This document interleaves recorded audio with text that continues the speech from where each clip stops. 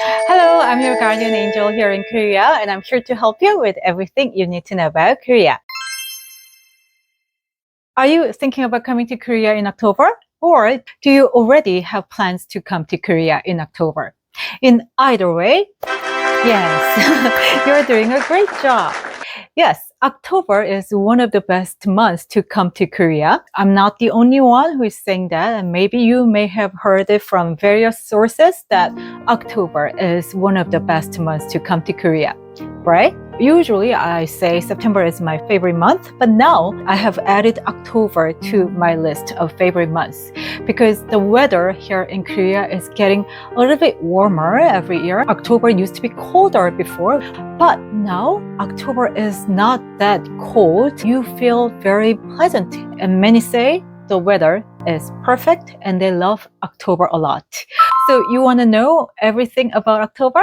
Let's begin without further ado. 레디 Number one, weather. In a nutshell, October is a great month to travel. It is the perfect time to be outside. During the daytime, throughout the month, it's still warm.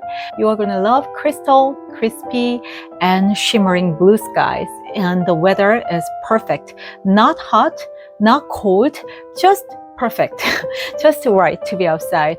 And during the daytime, the daily average temperature hovers around 20 Celsius, about 68 Fahrenheit.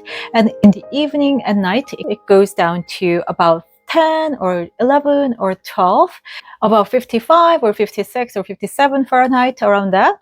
So you can tell how pleasant it is to be outside, right? It's a good time to go to parks. It's a good time to go to the mountains for hiking. It's a good time just for city wandering as well. So October is a great month. In the beginning of October, you may feel still warm during the daytime, and in the evening, a little bit cool, and toward the end of the month, however, you're going to feel a big daily temperature gap sometimes, and the daytime still warm, and at night it might become chilly. Not cold, extremely cold, but a little bit cooler than the beginning of October. So you will be fine in October, and then you're going to love the weather so much. And you're going to have 11 hours of sunlight. So plenty of time to be outside, right? And moreover, rain doesn't seem to exist at all in October.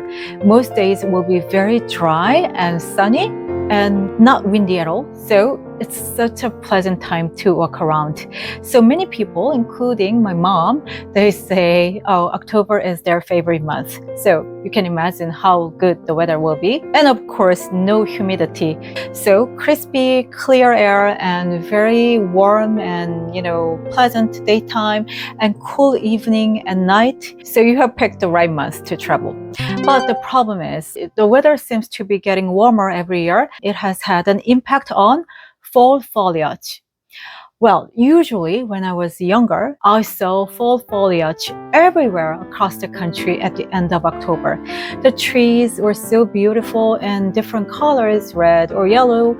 But these days, for example, last year in 2024, the weather was warmer than usual and it had an impact on fall foliage.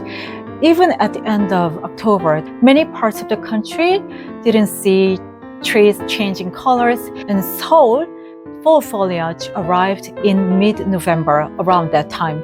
So if you are expecting full fall foliage at the end of October, well, if we are having a warmer October this year again, you might not be able to enjoy it fully in Seoul. But there is a way. Don't worry, and I'll talk about it in the next chapter. So keep watching, okay? Number 2, useful things to know. So let's talk about what you can pack for your October trip. I have said many times the daytime still would be warm till mid-October or sometimes the end of October. You would not need a jacket or sweater or coat, of course. But toward the end of the month, the weather can change and it can become cooler. And, in the evening and night, in the morning, you might feel a little bit cold, colder than the daytime. So you should bring lots of things. Light clothes, of course, for daytime, and also sweater and jacket, and also cardigan, long pants and long sleeves, hoodie, And I think layering must be the key. When you feel hot during the daytime, you can wear a t-shirt, shirt, or whatever. But in the evening or at night, you might need some layers, like thin layers, not thick coat, but something to put on other than one t-shirt or shirt. So you get the sense, right? Layering is the key in October, especially at the end of October. So you should bring things to prepare for the temperature change at the end of October and mostly the daily temperature gap after mid-October, okay? And another thing to know, this is very important. This year, October would be different from other Octobers we have had in Korea. We've never seen such a long holiday in October, but this year, Korea is expecting an unprecedented long holiday because one of the country's biggest holidays, Chuseok, Korean version of Thanksgiving, falls on October 6th. And not just that one, we are expecting other public holidays around that time. So that means, well, it would be different from other Octobers. A lot of people who know about this situation ask me whether shops and restaurants are going to be open during the holiday, and they are worried, and you are worried, right? That shops and restaurants will close for the whole time, for the 10-day period, right? But no, don't worry. Usually, some shops and restaurants will close on the very Chuseok day, the actual day, October 6th, and before Chuseok, October 5th, or October 7th, after Chuseok. But not all of them. Most of them will stay open in touristy places like Myeongdong, Hongdae, and Gangnam. But still, there would be shops and restaurants that are closed, of course, cafes too.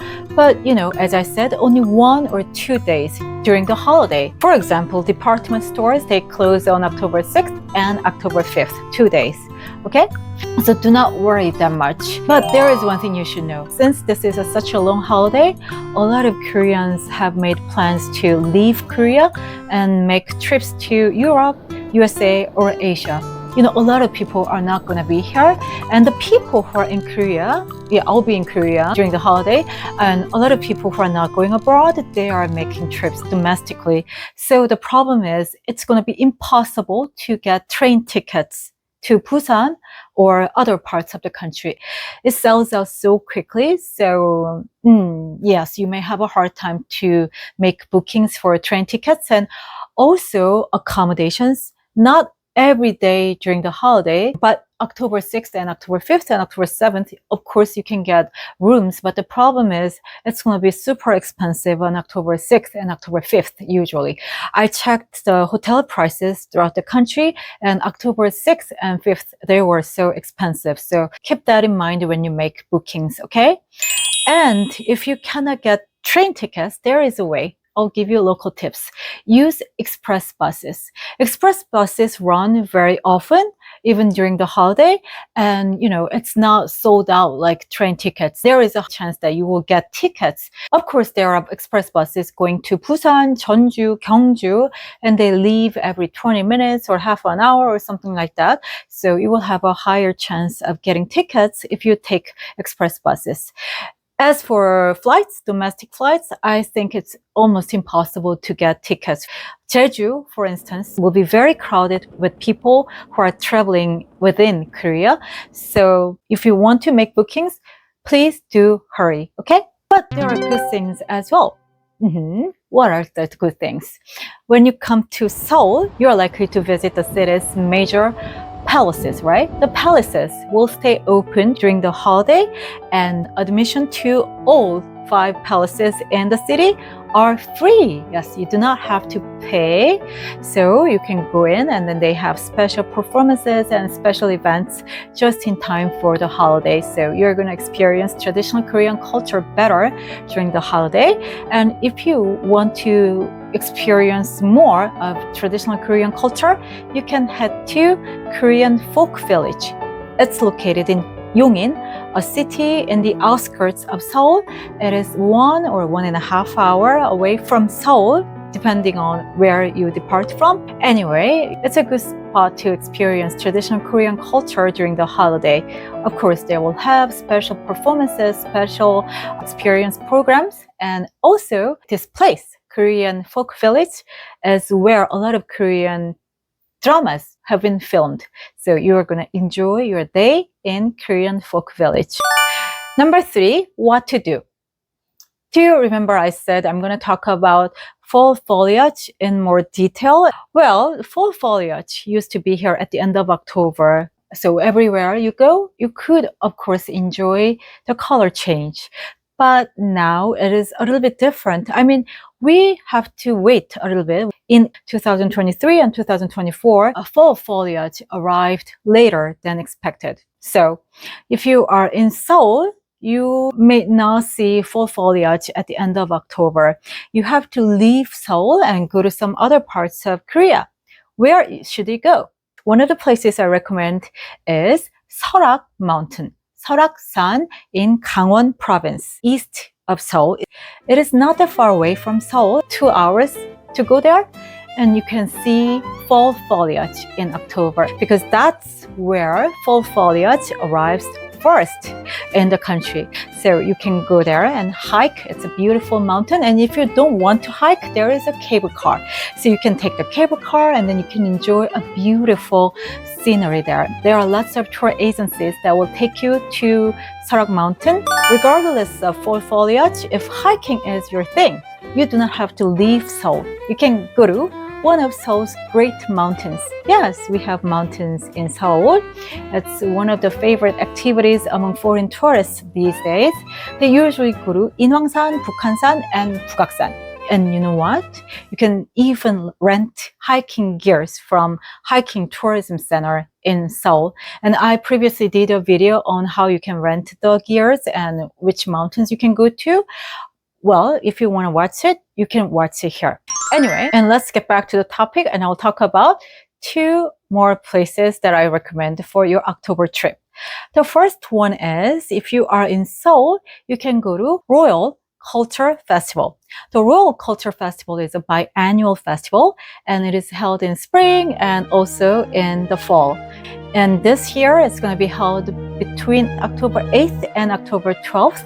And during that period, you can go to the city's major palaces and you're going to enjoy special exhibitions, special performances, and of course, you're going to experience more of the country's traditional culture at the major palaces. We have 5 major palaces in Seoul: Gyeongbokgung, Changdeokgung, Changgyeonggung, and so on. And one more thing that I need to talk about is Suwon Hwasong Cultural Festival. Suwon is very close. It is 1 hour away from Seoul, and you can take the subway line number 1 to get to Suwon. And there you see a UNESCO World Heritage that is called Suwon Hwasong Fortress. It was built in the 18th century by King Jeongjo. King Jeongjo is one of the respected kings of Joseon dynasty from 1392 to 1910. And this festival celebrates the legacy of King Jeongjo. The festival will be full of traditional performances and a parade as well, and then there will be lots of places to eat traditional Korean food. One of the highlights of the festival is the illumination show, a media art display on the fortress itself. It is so beautiful at night, so if that's your thing, you can go there in the evening or even at night. I talked about October this time, and I hope you have liked my content. And if you have, please do subscribe to my channel, and then you can click the like button and also the bell button as well. So hope to see you next time, and until then, be good and be healthy. Goodbye.